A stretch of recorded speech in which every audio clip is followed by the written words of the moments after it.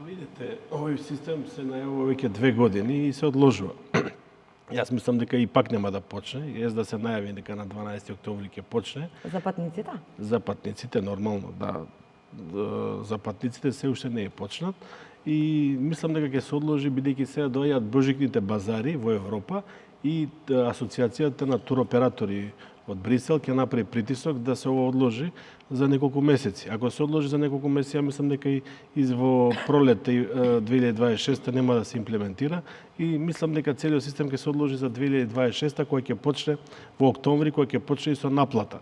Бидејќи сега е као тест период, меѓутоа нигде на ниеден граничен премин не е почната оваа имплементација. Јас имав комуникација деновиве, значи со Германија, со Австрија, со Шпанија, со Италија, со Бугарија, Грција, нигде не е почнат системот, бидејќи сакаме да видиме какво е искуството, нигде нема почнато. Иначе ова е за поздравување. Зашто? Бидејќи после 2 години ние фактички нема да ни треба пасош да патуваме во Европска унија.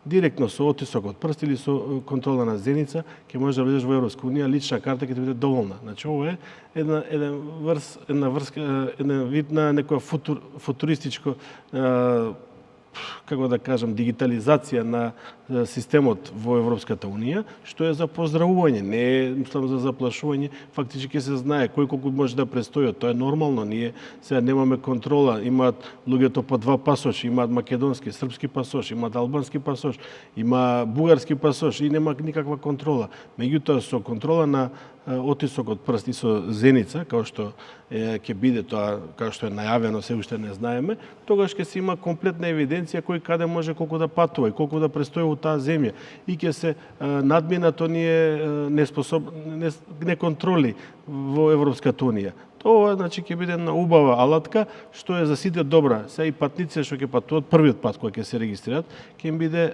тешко, пошто сега пример замислете ние годишно милион македонци патуваат во Грција.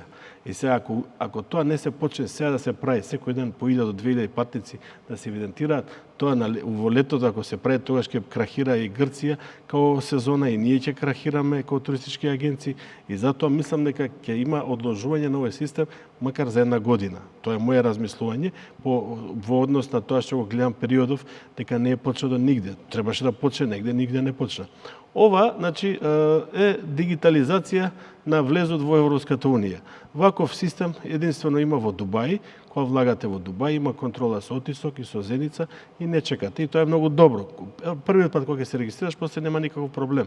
Меѓутоа, ќе се намалат злоупотребите. Сега наши луѓе идат работат, како што кажа колегата, работат поише од дозволеното и тоа е хендикеп и проблем за носителите на македонскиот пасош, на македонски патни документи. Со ова све тоа ќе се анимира и нема да има никакви проблеми.